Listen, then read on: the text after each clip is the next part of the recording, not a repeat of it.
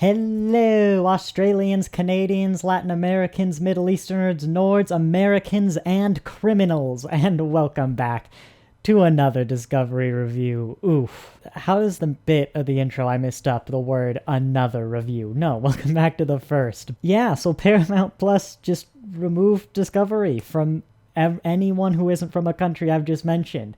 I'll add, I suppose you could be a really patient person rather than a criminal, but also you've pulled your main show internationally the day before release. Obviously, I can't condone piracy.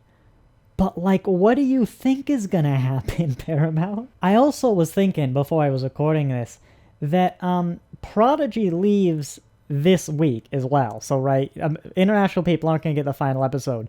But they also think that Paramount Plus is going to some of the bigger markets like Europe in the beginning of January, which is when Prodigy is coming back. Okay, but then it goes away for a while. But then the next parts come back sporadically at some undefined date throughout 2022. Hang on, that's when Paramount Plus goes to the international markets, isn't it? Now, I know Prodigy probably takes quite a bit of time to make, and that's certainly going to be a factor. But given the recent announcement, the timing of everything, especially on a cliffhanger episode, mind you, I can't help but sit back and go, that's a bit of a coincidence, isn't it? I believe in coincidences. Coincidences happen every day. I don't trust coincidences. But anyway, yes, for those of us who have seen the episode by perfectly legal means, of course, I am an American. I mean, I have seen it by perfectly legal means. We get to enjoy and talk about Discovery. Although, obviously, you, the viewer, have watched Discovery by completely legal means. But if you happen to know, like, if there's a day's delay, if you're pirating Discovery or something, let me know, because that would actually be really useful information as someone who's going to have to decide whether or not to release the Discovery review or the Prodigy review first. If the rest of the world is getting it a day later, I'm going to do Prodigy first. But yeah, me, I couldn't even pirate something, even if I wanted to, Stage 9. Like, I just don't know how it's done.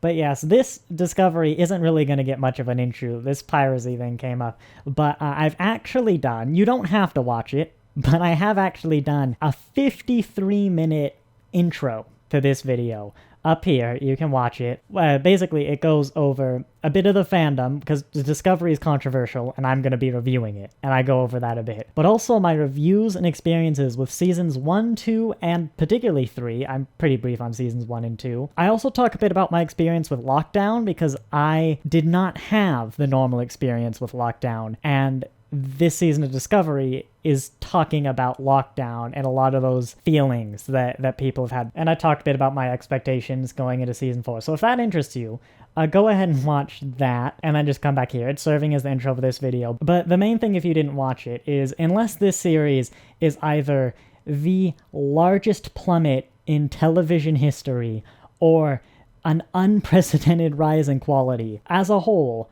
I am going to praise Star Trek Discovery, and I am going to criticize very heavily bits of Star Trek Discovery. I'll also very heavily praise certain bits. Here's one. I absolutely adore 32nd Century Starfleet design.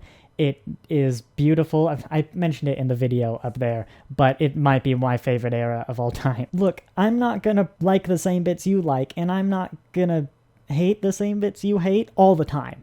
Like, we'll probably have some common ground here, but just accept that, right? Just like all the other shows, I'm here to go, but they're my reactions. Yes, my analyses, but also let's just agree to disagree and be civil. It's gone pretty good so far when I've talked about Discovery before. I've had some conversations with people I don't agree with, and I've also the Reddit has been great. Basically, if we can look like r/Star Trek before they banned the person who did the canon references for, ironically enough, jokes about Discovery, if we can look like that, that's what I want. I encourage discussion, and I encourage you to tell me why you disagree with me. Try and change my mind, you know? But be civil about it. And without further ado, let's get into the episode. By which I mean I'm going to try and stay up for the next hour and a half eat a lot of milk duds through Discovery, and then attempt to stay up to record, edit, and release this video. There's a lot of sugar in 10 milk duds. This right here is Kwejian, the ending, and the serialized nature of this episode. Right here. I forgot it said that on the back. That's even more fitting. Because this episode has 2 distinct parts, and this is a very important part. It's also the second part of this video, and I'll probably have it be its own chapter, but this is gonna go right over here. But we have to... I'm sorry, I just have to check, because it's... They've done it. That guy, there's... You see this right here. Room to breathe. It took us 4 seasons, but they fixed Discovery. I am unreasonably happy with that episode, because that was distinctly and basically unquestionably an average episode of Star Trek. It's not going to be one of the greats. It's also not going to be Threshold, you know. It was good, right? Average to good, like, but it was an episode of Star Trek. Like, for the first time in Discovery, there was no world-ending event. And episode 1 of Picard was great. I'm not going to make the mistake of prejudging an entire series on the first episode again, but that could not have been more promising. Season 3, as I discussed, was, it fixed a lot of the problems I discussed in my intro video that I had with Discovery. This went, here's an episode of Star Trek, they let the characters breathe. For the first time ever, I really felt like the characters were just living their lives. It felt like the first episodic episode we've had in Discovery, and has been sorely needed since season 1. And so I am unreasonably happy with how that episode went. Because what happened in this episode, right? You had like a little... Burnham had to give a little opening ceremony about the opening of Starfleet Academy. Book had to go to like a ceremony with his nephew. Saru had to go to a little meeting on Kaminar. There was a little station having a sci-fi emergency that, you know, wrapped up in a clean 30 minutes or so. That was the plot of this episode. Like, you see what I mean? It's the room to breathe, but it had that room to go, sure, you know, the plot was clearly happening. It wasn't as interesting because, you know, we knew about the anomaly and the fact that it existed, and we knew it was bad, but it managed to kind of introduce it in its own little, you know, this station spinning out of control, go fix it. Like, it's your classic situation monster of the week. Not a perfect episode. I'll get into some of my little problems I had with it and the storytelling, but it's not a bad episode by any stretch of the imagination. And most importantly, it was an episode of Star Trek. Specifically, an emphasis on episode. An episode of Star Trek. When was the last time we got that in live action? Terra Prime? Genuinely, this felt like the first episode of Star Trek since Terra Prime. They also took the lessons of season 3, where that best episode of the series by far was when they went to Book's planet. It was the one where Burnham was in the background and they let all the other characters shine. And this also felt like you had a crew. You had a bridge crew. It was there. I'm not great at learning everyone's names. No. I'll quiz myself. Burnham, Stamets, Culber, Tilly, Owu. I'm not gonna be able to get her full name, but Owu. Reese, who was one of the names I would never know. Bryce. There you go. Those are the 2 people whose names I never knew. And Nelson. Now, I'll say I probably only know Nelson because I'm Nielsen, but we had the crew. Being the crew, which was the key part. Like, they were actually doing their jobs and being through. It was a bit weird that Reese was kind of... He seemed to be number 1 in that cold open. He was in the captain's chair and Tilly was just hanging out over there. Maybe he is the first officer. I don't really know because Tilly's only a lieutenant, not a commander. And I'm pretty sure you have to be a commander to be a first officer. Or at least I can't think of an example that isn't. Don't say Kira. That's different. Don't say T'Pol. That's different. But yeah, this was the first time... it's really fitting thematically as well because, you know, in the story, this is the first time the crew hasn't had a world-ending event because They've defeated the Klingon War, and the Enterprise showed up literally right away. I think they might have even gotten called away from Earth to rescue the Enterprise, which started off the whole control bit, which directly, I guess Burnham sort of had a year off, but really, this is like the first time the crew's had a chance to live. And so we actually got that chance to breathe and see the crew living lives.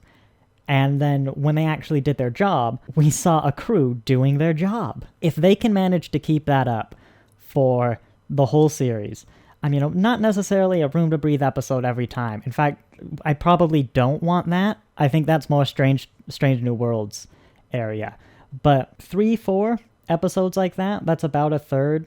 I might be happy with 2 good ones if the story is good enough, but maybe like 3 or 4 episodes sort of like that where the serialized nature takes a bit more of a background. It can be a bit more prominent. Like the Trill example from last season. The Trill episode is a great example of integrating the serialized plot into an episodic storyline. So 3 to 4 episodes kind of like that, and I think this will probably be the best live action series of Star Trek since the 4th season of Enterprise. It'll feel like, you know, a Next Generation or a Deep Space Nine. Because I've said before, and I'll get into this a bit more when I talk about some of my problems, I think Discovery is the only other cast in the history of Star Trek that is TNG. By what I mean by that is they're the only cast who, as far as I can tell, they seem to all be incredibly close and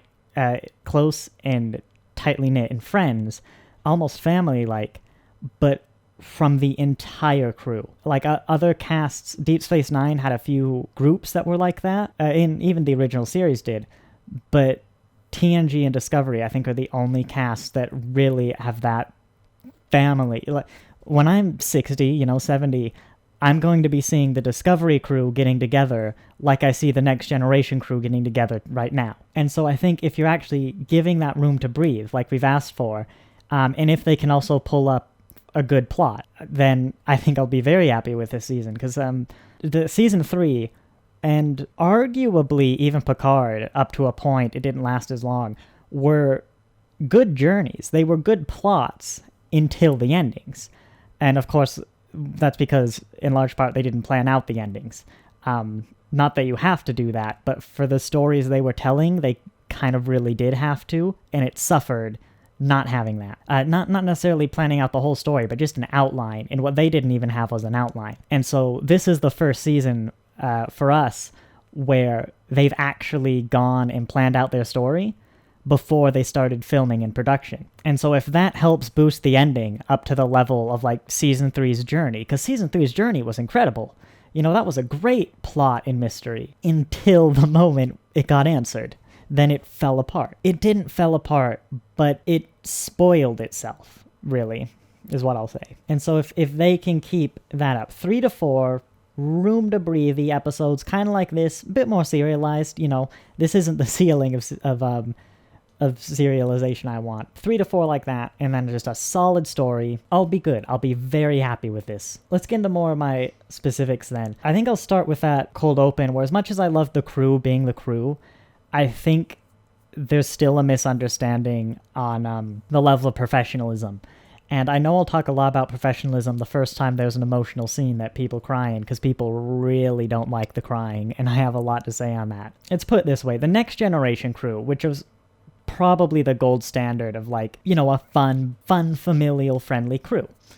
Even the show made comments about how familial that bridge crew was. Arguably inappropriately familiar, at least as far as Starfleet would want. And, you had a lot of moments where the crew have fun and laugh with each other, play jokes, loads of great scenes, Worf especially, one-liners. Show me one scene from genuinely in the comments, one scene from the Next Generation where the crew of the Next Generation has anything close to that, what we saw in the cold open, while in a situation like the cold open. Because the whole time I was watching that cold open, as much as it was nice to see everyone kind of being part of the crew, it's like your captain is in a chase, in a gunfight, this, they're in a firefight, and you're like, oh, is this a chase? Like, oh, come on. And that whole thing where they're like, Adira's just spouting bird facts. I'm like, yeah, ticking clock. And you know what the real sign that there's a problem there is is they didn't once cut to Michael Burnham in book cowering from the people flying with guns from that first hail until after all their jokes, because if they cut, more people would have realized that there is absolutely no reason they should be alive. Even when they cut back after such long time, it's like, yep, they're still behind that same rock, and those people are still flying in the same spot, not even bothering to just go around or flank. Like, yes, they're having trouble flying, but they're having trouble. They're not, like, impossible. They can't fly. They chased them all the way there in, like, a shuttlecraft, essentially. Time is of the essence. Everyone's gonna... If the ending of this, not Kwejian, we don't talk about Kwejian, but if the whole thing with the station proved in an emergency situation, every millisecond could count, and they're just like, did you know birds are actually robots? The government invented birds. They don't exist. Like, no, Adira, I'm interested in birds, but not right now. Even Data, who was like early TNG, is constantly like burning the midnight oil. That would be unadvisable. It's like Data never had a scene like that in an emergency situation. The closest I think you can get is Worf's die, when Q's, what do I have to do to prove to you? But that's not a red alert situation, because they're familiar with Q. They know he's just not gonna, like, snap his fingers and kill everyone, and they're also not actively battling him or anything. They're just talking with Q, and that's the real important thing. Is I think I'm not saying I don't want to see that from the crew. I'm saying I don't want to see that from the crew when you should be in anything above a green alert, because it just makes you seem unprofessional and reckless and almost incompetent. In other words, Discovery's still tweaking the slider to be exactly where they want. I think maybe a part of it is Marvel's influence. Marvel's very quippy like that, and so, it's influencing a lot of things. They are still tweaking the slider to just about get it right, but they're much closer, because I don't think any other scene had that problem. The only problems where someone was impeding the flow of the mission is with the president, and I'll get to the president, but the whole point is that, yes, she was impeding the mission. But critically, the president isn't Starfleet, and so of course she's not gonna act Starfleet and professional, because she is not a professional. At least not a professional of doing this. Wait, why is the president selecting the captain of the Voyager J? I guess she can, but you know what? We're gonna slide past that. So yeah, that was nitpick number 1, is the crew is not professional when they need it to be. Not yet. But if they can get that right, I think, again, we will get a TNG crew, on screen and off. Because right now, off screen, they are a TNG crew. They're like a 95% the TNG crew in that episode. They're just missing the professionalism along with the familiarity. Here's the example.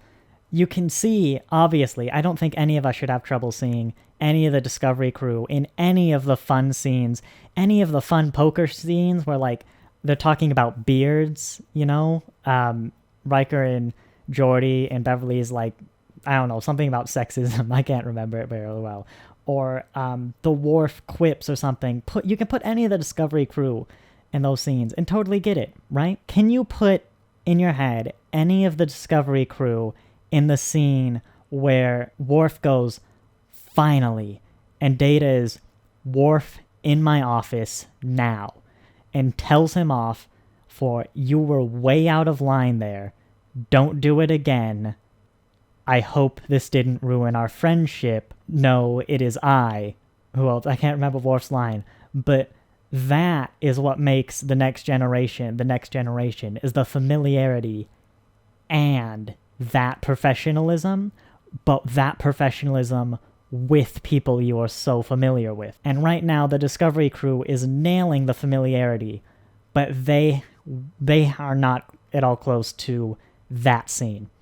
And if they can ever get the Discovery crew to do that scene, or, the point where I would believe it, you have your next generation crew. I think I'll pivot over to Burnham. Burnham wasn't in a position where she could have done a lot of the things that annoy me in this episode, the sort of running off and going rogue, but I didn't mind her nearly at all, nearly as much as I did in any of the other episodes.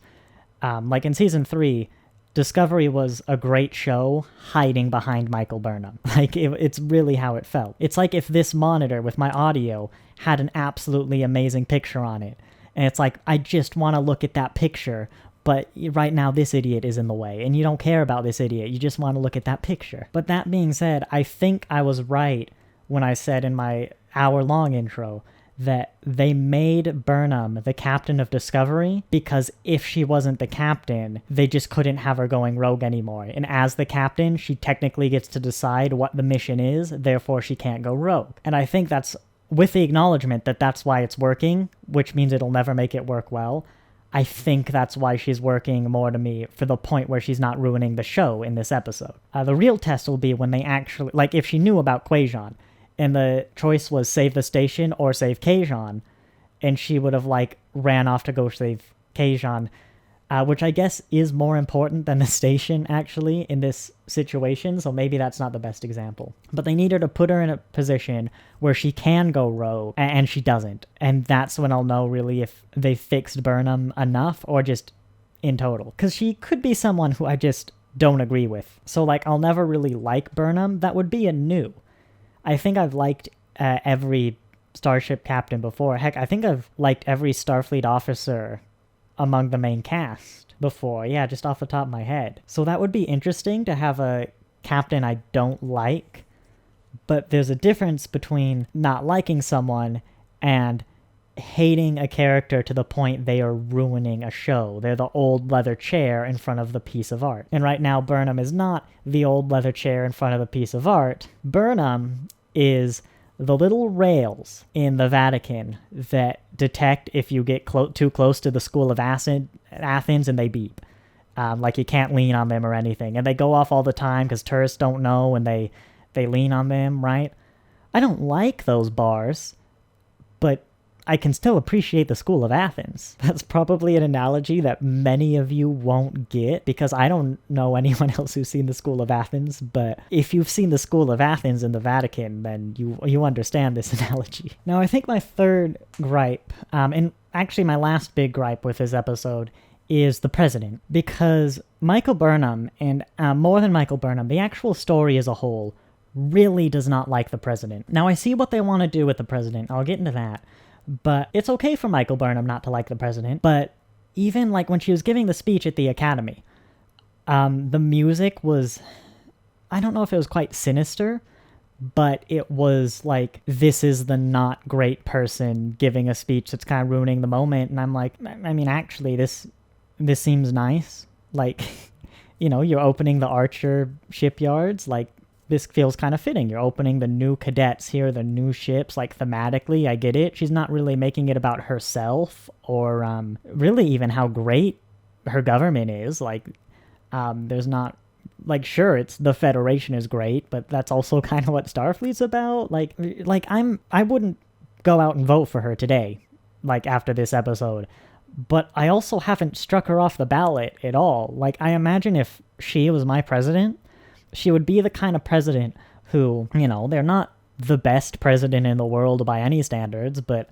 I'd never call them a bad president. And, you know, every now and then I'd see a new bill or something signed into Twitter or something. I'm like, oh yeah, they're doing good stuff. Like, maybe a better president could do more good stuff, but that's true for literally any president, unless you actually have the best president, like you have President Archer or something.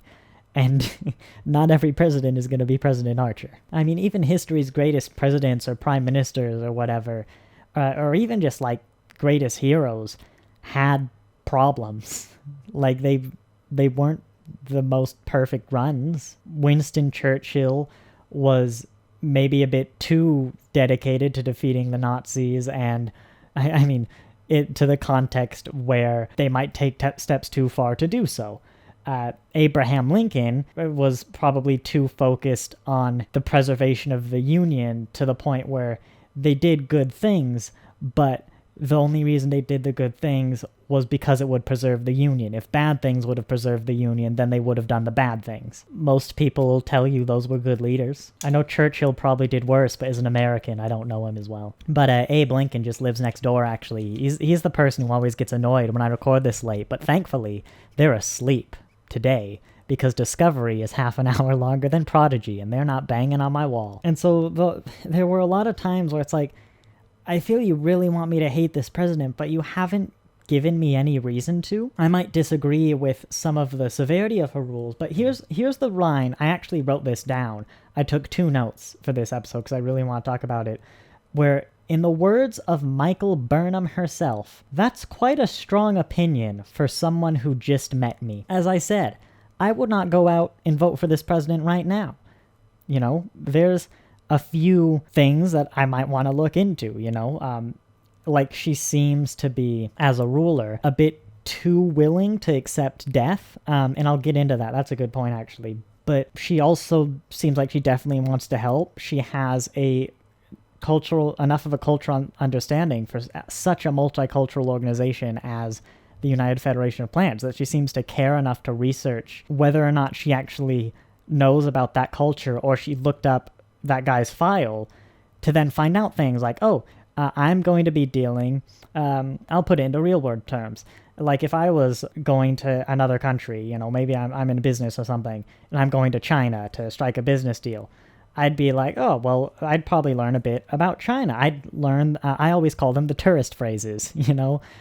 They'd be different for a business meeting, but when I go to other countries, it's like, you know, hello, goodbye, how much does this cost? Where's the bathroom? I don't know, just there's a small shorthand of phrases that I'm almost certainly going to use. And, you know, I'm not going to learn a language for a trip, like for a week trip, just for times and like, you know, the time it takes to learn a language, and no one expects you to do that. But if you just try, like, that's good. That's really all that can be expected of you. She felt like the president who tried. Well, the best case scenario is she knows a lot about her constituent and their cultures. The worst case scenario is she knew she was going to go to a station, so she looked up about the station, the person who ran the station, she found out what their culture was, and then she researched their culture, researched their planet, to the point where she knew about some natural geyser thing that is apparently a very unknown thing. Like, most people don't know about it. So why is she a bad president? And I'll tell you why she's a bad president. Because for the past 2 years, a lot of governments, and in particular, a lot of English-speaking governments, the main demographic for any English show, the United States and the UK, have not had great governments that have dealt with their situation less than stellarly. I mean, as a whole, how many governments have actually dealt with the pandemic well? New Zealand, maybe? Like, anyone else? You know, I'm not just talking about Trump here. I'm talking about just globally across the world. Even if your country did a lot of good things, it's been such a long pandemic that maybe you started off bad. I understand China's had a pretty thorough reaction to the virus, but that's after they started off being completely secretive and letting it spread so far without telling the world. And so you have a bad president because, or at least you don't have a bad president, but you have an imperfect president who has the wrong opinions about what happens to be a very important thing to not have the wrong opinions about at the time she's president, because that's what most people have experienced for the past few years. And if you're doing a story tackling lockdown and the pandemic, you absolutely need governments that are subpar at best. And I'm not saying you can't have pulled that off, but you should have had, maybe the speech didn't go as well, or she did make it more like, she could have gone like, my cabinet or whatever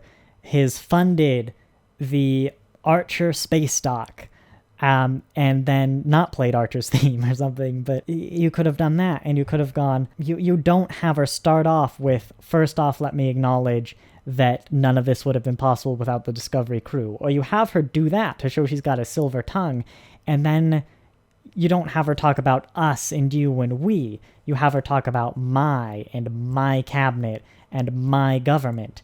And that's how you do she's not going to make it about the cadet. She's going to make it show of how great she is, because that is not at all what she did. She went to an organization that has always supported the Federation and gone, wow, look how great the Federation is, and look how good it's going to be to have you in it. Sure, as the Federation president, that is sort of tooting her own horn, but you really could have drove that point across way more. And then even the other bits, like we thought she was checking a box off to just go on Discovery, but she's actually like, no, I want the best captain I can find to do this incredibly important mission on the Voyager. When did I start saying the Voyager? And you might disagree with what the best captain is, but the point is, she's going above and beyond. She's putting herself into a dangerous mission to actually analyze Burnham in a dangerous mission, to look at people on her short list of candidates. Not even the list of candidates, her short list of candidates. I'm actually liking this president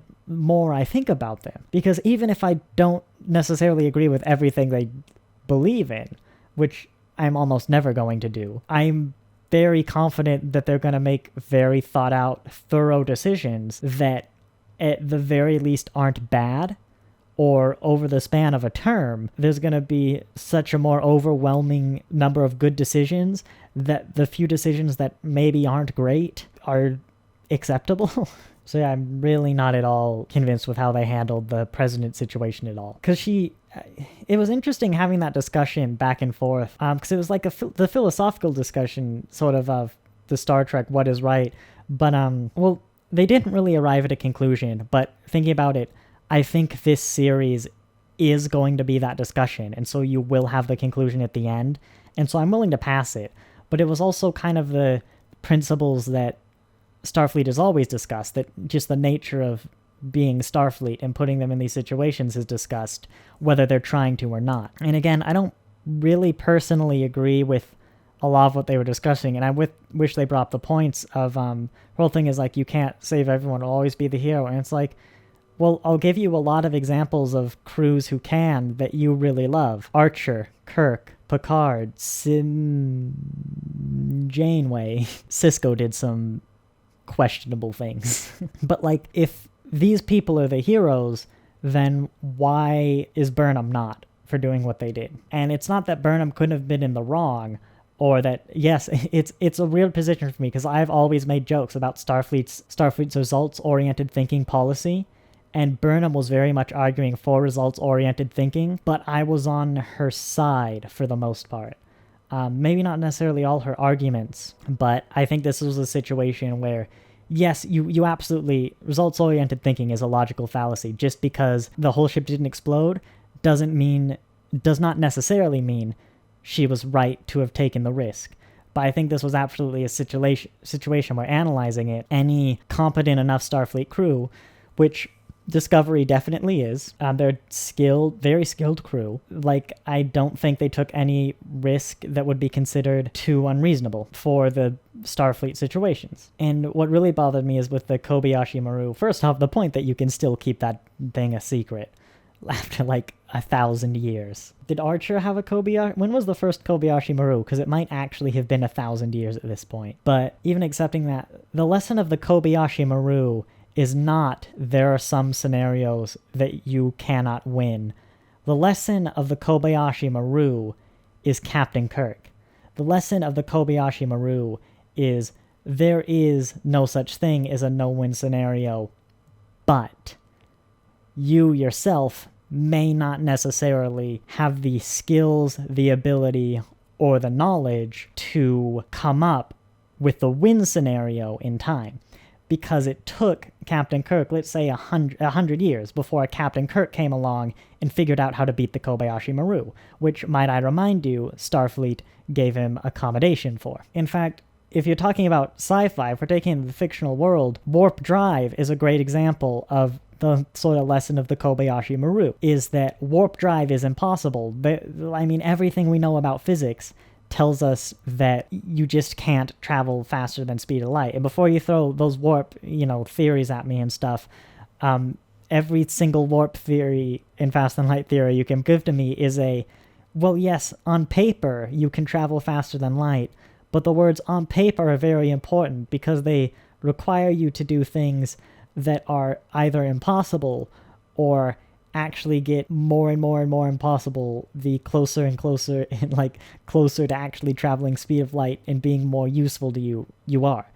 Like, really, the warp drive on paper things are proofs of why the speed of light is impossible. But anyway, the point is that if warp drive is impossible and the cosmic speed limit is the no-win scenario, then Zephram Cochrane it wasn't a no-win scenario, you just didn't know how to beat it yet. And it really bothered me that Michael Burnham, someone defending the Kobayashi Maru, would not have brought up Captain Kirk when Captain Kirk would have beaten the Kobayashi Maru very recently from her perspective, as I've just realized. I'm actually going to double check this. Ooh, I'll give you that. It's a bit iffy. If you accept that the J.J. Abrams movies line up with Kirk's timeline, which I'll give you as a big if, but I've been recording for 41 minutes and this is going to be a long video, then Kirk would have beaten the Kobayashi Maru the year Discovery left for the future. So I will actually give you that Burnham might not know about Captain Kirk,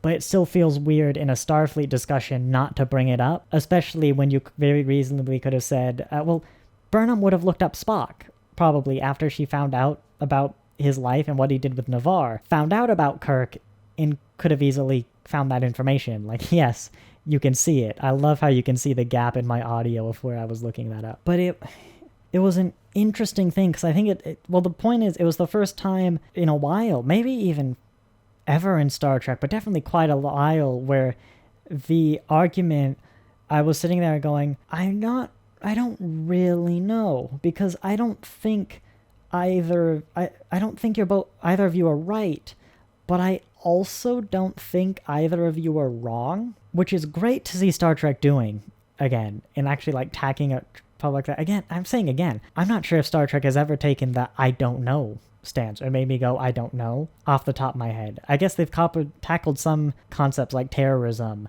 and freedom fighting, which could do it. And Deep Space Nine's probably got it. Well, In the Pale Moonlight might be an example for a lot of people. The I don't know, it works from that perspective, but when you're trying to set up this is a bad president, if my reaction is I don't know if they're right or wrong, that's not a bad president. That's a president who's dealing with some very complicated issues that this universe has been dealing with for 1,000 years now, since Archer, and arguably even beforehand in like our militaries and our places like that. That means that they might not have an answer. You're not a bad president if you can't answer the unanswerable 1,000-year-old question. You're just an exceptional president if you can. But yeah, she did have flaws. She did regularly step in and endanger the mission in a time-critical crisis.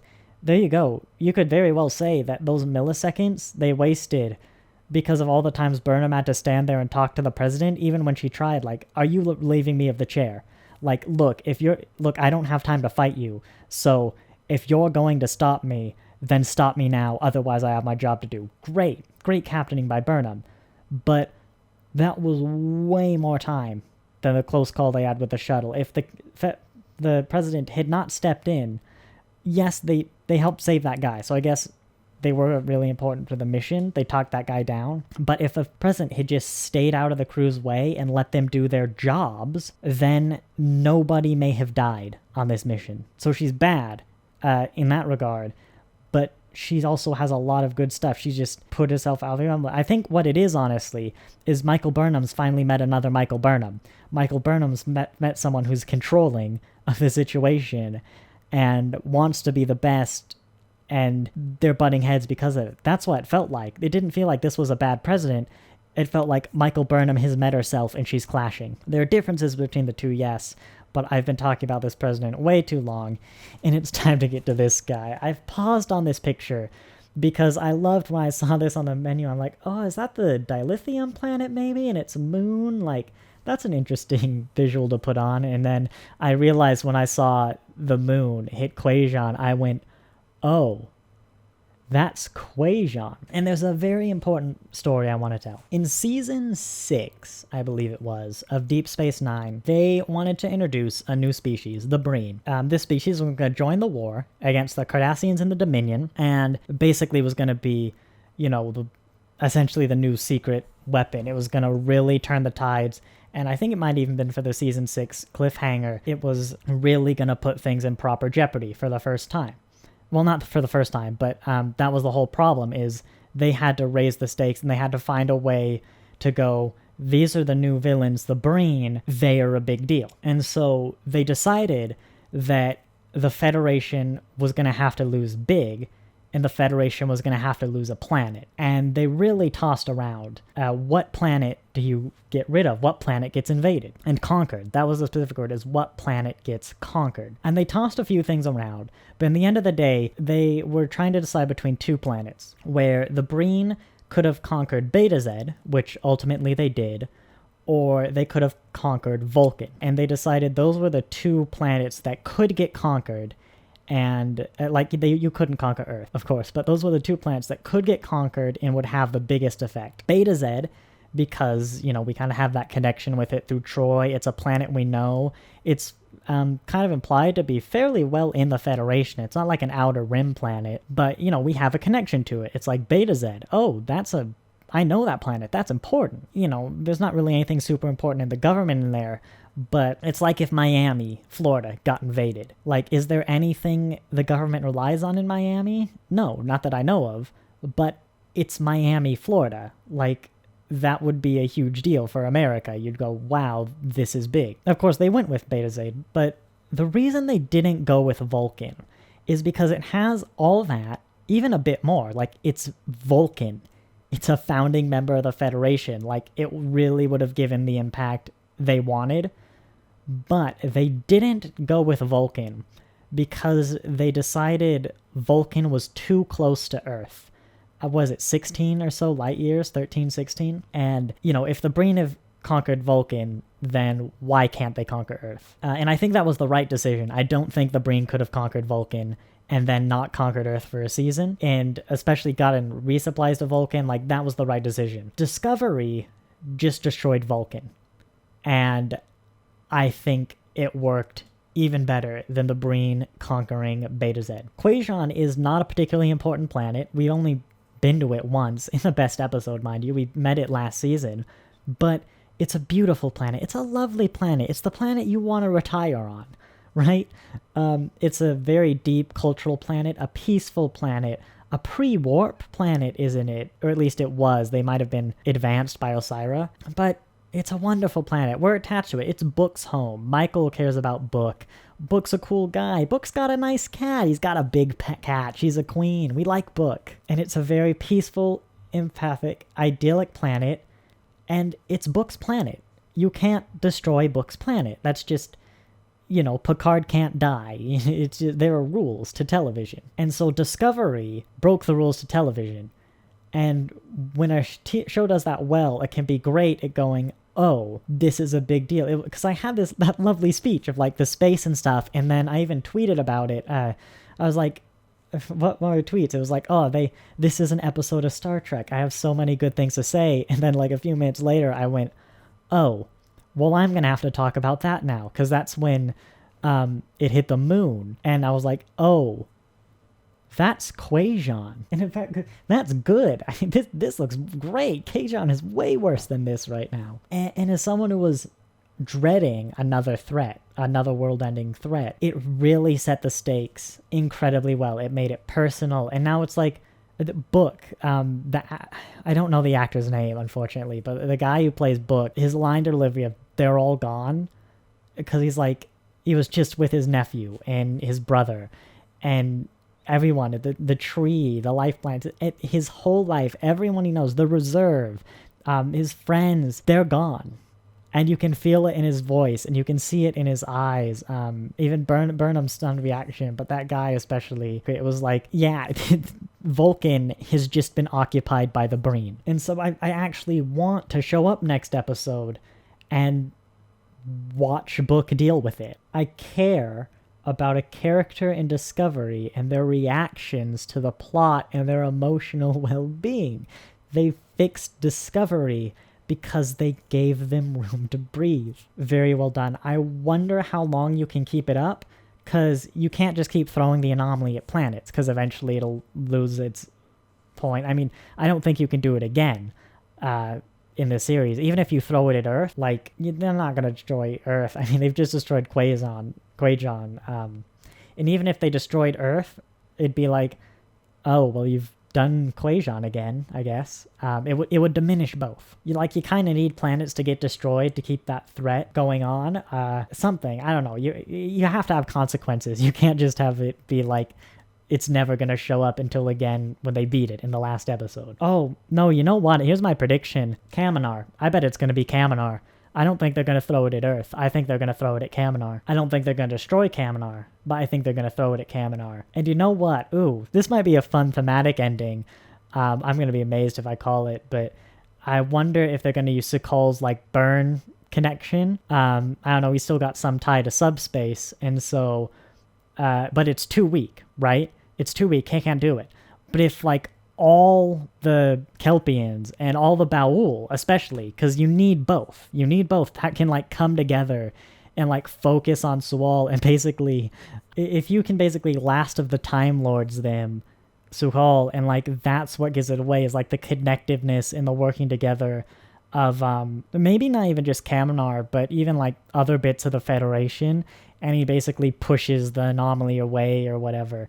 That'd be a fun little thematic ending. Also, arguably, Doctor Who again, but maybe, there you go. If I'm going to set down an early prediction that probably isn't right because it's episode 1, I'm going to push forward that, and I think it might be quite nice. I'll do it, actually. I think I'd like that. And I can see a lot of things in episode 1, just thinking, Su'Kal talking about the people who would always see him as the burn or whatever. I can see a lot of lines. It's if you go back, I think they make him quite nice. Yeah, that'd be fun. All right, I think it's time. I think we've done it. We're only 57 minutes into my recording, but it's time for the scene by scene. Now, generally, I think destroying Kwejian might become one of the big Star Trek moments. You've got destroying the Enterprises, Paraxis, the first contact scene, the actual first contact between Vulcans and humans, the Star Trek scenes. I wouldn't be surprised if destroying Kwejian becomes one of those, just because it was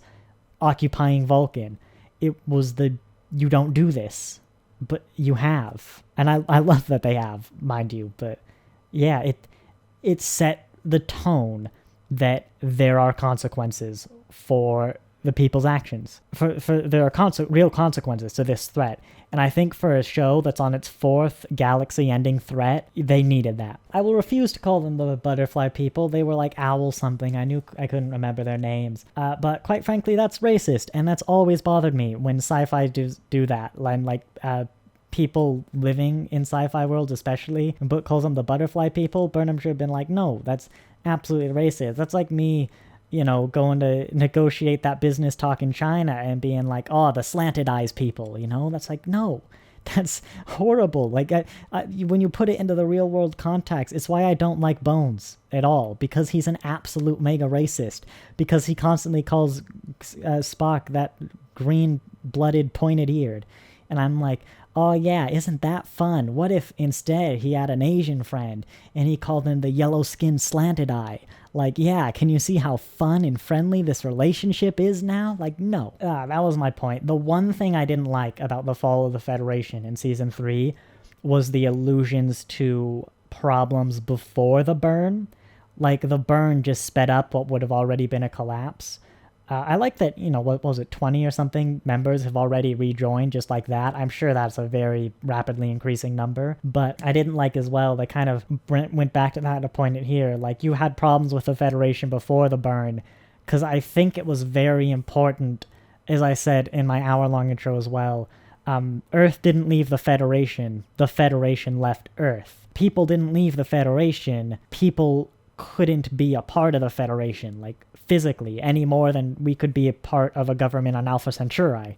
We could, but it would be on paper. Even if we had a colony on Mars right now, yeah, we could be under the same government, but, that's going to be rather superficial. It's not even going to be the same level France has over the French Guana, is it? The bit in South America? Because, like, it just takes so long to get there. Even on the moon, we'd have similar problems. And that's what the Federation was. Like, yeah, you know, it could get to some of its planets in, like, a matter of months, but it's that matter of month problem. But, of course, for the 20-some members that have just rejoined, they were just too far out of reach. You couldn't have done it. After over an hour of recording, I've actually had to stop both of these over fear that I'd lose this whole thing, get some more water, and take a bathroom break. So, let's continue. That's just Naboo, right? Thinking about it. That's like where, like, the Gangnam Styles meet, or...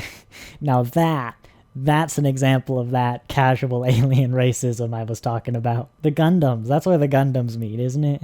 I swear Federation headquarters has gotten bigger, but special shout out to Discovery, who was always the best at giving us a look at their ships, but really great looks at the 32nd Century Fleet as well. And January, is it, when I get those models? Or it might be March when the first one comes. I'm so looking forward to those. I adore...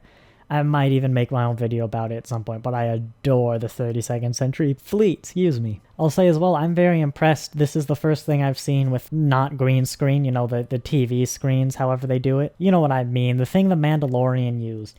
I saw some pictures of this scene, actually. It's weird, like a fishbowl thing, if you can find pictures of how they do it. A fisheye lens. When I saw the pictures, it really looked like they were just kind of in front of a screen, a monitor like this. And I've never understood how this technology works, because, like, when you record a monitor, it looks like you're recording a monitor. I'm sure they do some fancy CGI stuff afterwards, but I've never really gotten it. But I'll say, it looks great. And I'm pretty sure they can definitely do some crazier stuff with it than CGI, or at least they can do it easier than traditional CGI green screen stuff. So, yeah, I'm happy with it. We went through a lot of uniforms. When I don't really know why. Do they sell toys like that, like they used to back in the day? I really like this new Starfleet uniform. I wasn't too sure of it, actually. I loved it when it was introduced. I wasn't sure, looking at the pictures and stuff, actually, if it would work again. I don't know why, but seeing it in video, I really love this uniform. They changed it because, for the same reason that the crew didn't wear the old new uniform in season 3, is because the moment they put it on for the last scene, I went, oh my god, that uniform totally clashes with the bridge. I see why you didn't wear it. And so they had to change it. I think I even have a joke like that in my Poorly Explained coming out. I love these uniforms. We're back to the bright red, and I just like the look. So very happy with them, yeah. I will say, though, the rank system, by God, Star Trek, you had the PIP system, which everyone knows, all your fans know by now, and even if you don't know it, it's more pips is more good, right? When I saw Tilly, I'm like, so were they an ensign still? And Burnham's like, lieutenant. And I'm like, right, a lieutenant, but not a lieutenant with lieutenant pips, but probably on their badge they've got pips, but I don't understand this line system at all. It's weird. I could draw a captain for my logo and that's it. No, I've gone back here because I'm going to be very angry if I forget this scene. That was beautiful. I love that it's Archer Shipyard. We're building the Federation again, so we're doing Archer, who, if you don't know, I'm pretty sure this is alpha canon because it was shown on little screens in the Mirror Universe episode of Enterprise. Captain Archer was the first president of the United Federation of Planets, and he was an exceptional president. As much as he was an exceptional captain and hero, I love... yes, of course, because we now have shows after Enterprise, but I love that we're now making Archer and the Enterprise era a part of this universe. Like, there's my little Enterprise. Obviously, they couldn't do it. They could retroactively do it in a few ways, but I love just acknowledging him like you acknowledge Kirk or Picard or Cisco or Janeway. Like, he's a part of this universe now, and it's as important as it should be, and so I adore it. I adore that they played Archer's theme, the credits theme to Enterprise, and as some people who are wrong would have you believe, the intro to Enterprise. But yeah, I adore Archer's theme too. I can't wait to see Ryan's edits of Faith of the Heart over this scene. That's going to be gorgeous. But Archer's theme is such a beautiful Star Trek theme. As much as I love Faith of the Heart, I do have to acknowledge that if it was the intro of Enterprise rather than Faith of the Heart, there's a very good chance Enterprise would not have been canceled when it was. Genuinely, after reading the Reddit and a lot of people's thoughts who watch Enterprise contemporarily, whereas for me it was always Star Trek was dead when I started, I genuinely believe that Faith of the Heart is the reason Star Trek was canceled. Enterprise was. Yes, if Enterprise was better from the start or maybe did things differently, it wouldn't have been canceled either. But I think if you changed absolutely nothing except you used Archer's theme instead of Faith of the Heart, I don't think it would have been canceled. I think enough people would have stuck through till season 3 and 4 that they would have gotten their season 5, like they should have. But also, introducing the new president with Archer's theme makes me very much not dislike the new president. I know a lot of people hate the detached nacelles and looks at it thinking about it. I can see where you're coming from. I think actually looking at some of these ships, there are a lot more angles where a ship doesn't work than there were with the old ships. Now the old ships, basically every ship has an angle where it does not work. Yes, every ship, basically every ship, I'll give you that. I think there might be a bit more in the 32nd century. I actually really like the idea. I won't go too much. Again, this video is too long. No, I'm going to stop it there. I'll make a video about starships if enough people want me to. I'll probably talk about them when I do my Eagle Moss reviews, but we're moving on. It's 1:12 a.m. and I've got to edit this thing. Quite a nice 32nd century Star Trek-y space station design as well. I will just say I liked it. You know what Destroying Kwejian was? Destroying Kwejian was one of those scenes that will retroactively make every other scene Kwejian is in, or book in his family is in, deeper and more meaningful. Here's an easy example off the top of my head. Massive spoilers. If you have not finished The Next Generations in its movies, skip until this picture changes. Mutes me and skip until this picture changes. Actually, if you've seen Picard, you don't have to do that. Data's death in Nemesis, and particularly Riker's line where he can't remember what song Data's was whistling, makes Data's introduction scene very different. It also means I will never forget Pop Goes the Weasel. Of course, it's a scene that only works once. God, that's a beautiful scene for so many reasons. But another one is Unification Part 3 really changes a lot of how you view the other two. God, Picard really, for all its flaws, it did actually have a lot of things that I think for the better change how I view scenes of The Next Generation, and I can't think of any of them for the life of me. Alex Kurtzman makes it so that one day when I show my partner Nemesis for the first time, they're going to want to know why an android doing a funny dance and singing an upbeat song at a wedding makes me cry. But there were some great things like that, I believe. No, here's the good one. Knowing that Captain Pike knew he would end up in the wheelchair was exceptional. Because I always believed that whoever played Pike in the Menagerie in the original series always had a look of almost some weird, unknowable acceptance through knowing. Like, it was kind of I'm in this position now, I know what my life is going to be, and I've kind of accepted that, but like the sad, it was a really hard look to define. But now I can, because I go, that's a look of a man who goes, the time has come. I knew this would happen. I took a sacrifice, and I now have to live with that. And I accepted that a long time ago. But now I actually have to do it. And it's a scene like that, where, I doubt they planned on destroying Kwejian. But I think this episode where they go to Kwejian, already the best episode of Discovery so far, will be even better and deeper, knowing that that kid is going to burn to death in 5 months with his nephew, with his uncle, and everyone else he has ever known. Yeah. You can see why they broke the rules of television, and I think it works. I mean, that's the face of a man who knows he is going to burn to death hugging his screaming son who has no idea what is happening, watching the stars disappear and the moon shatter into 1,000 pieces as the corpses of the dead birds fall from the sky, and they try and shelter themselves from the corpses as they burn to death. I think I like Discovery. This was a beautiful little scene as well of, it shows us Su'Kal's growth. I mean, I liked it.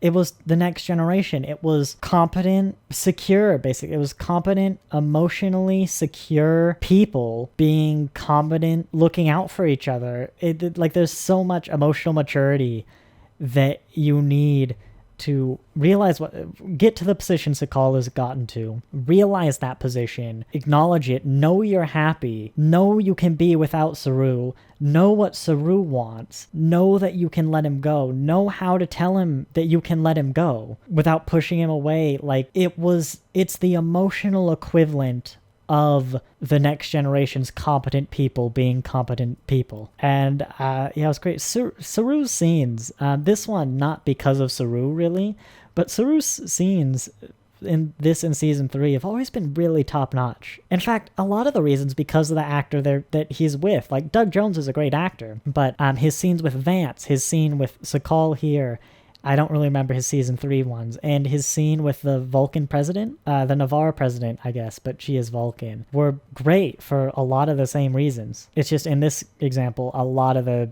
praise, more of the praise is going to go on Sakal and his actor. Why do the Kelpians live underwater? No, we're going to brush that aside too. It's because it looks cool, Nathan. Okay, I'm editing this and it's 4:06 a.m. and I'm so tired that I genuinely heard that and was shocked. Like, oh my god, the YouTuber knows me. That's so weird. Oh, wait, hang on. That's me. That's how tired I am. Like how Book's ship fell apart at the start even though it didn't have to. It's because it looks cool. You know, this was a pretty nice scene as well. Like, there were a lot of bits in this that were really well done from, like, a technical level. And, like, yeah, they're not going to kill Burnham, but yeah, a lot of bits were really nice in this episode. I know I called it average to good.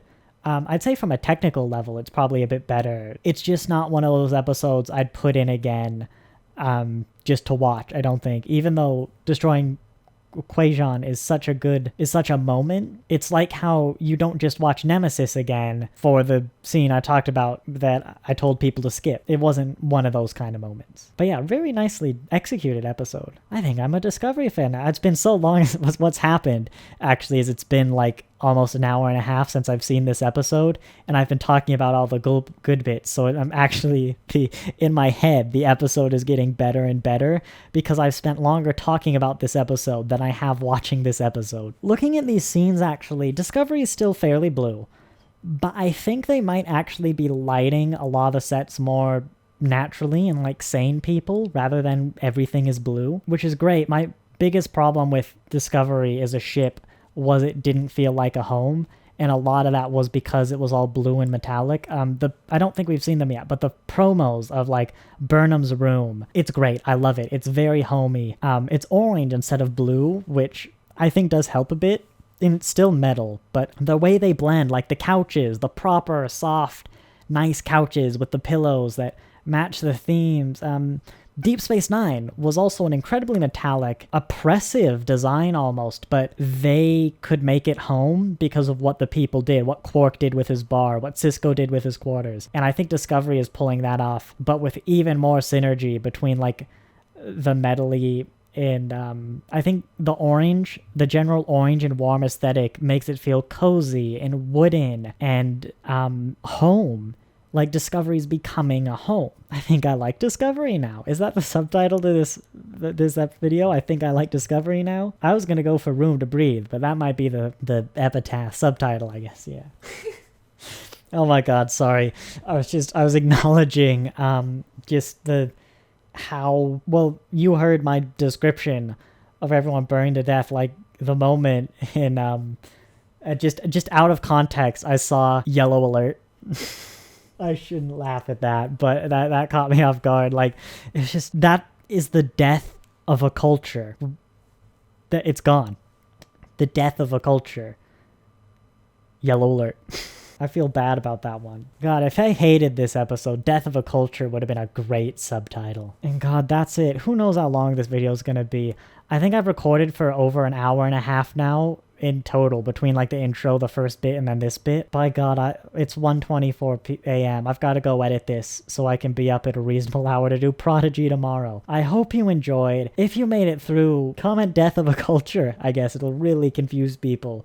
But I'd love to know if anyone made it through, so I'm looking forward to Discovery. That's not a huge surprise. I did it with season 3, but if they can keep that up, if this is now sort of a base level of the show, I'm going to be very happy with the show in this season. And I'm looking forward to next episode. Thanks for watching. I'll see you next time. Ooh, which will be later because I'm going to not be on university internet, so you'll get them later in the day than you normally do.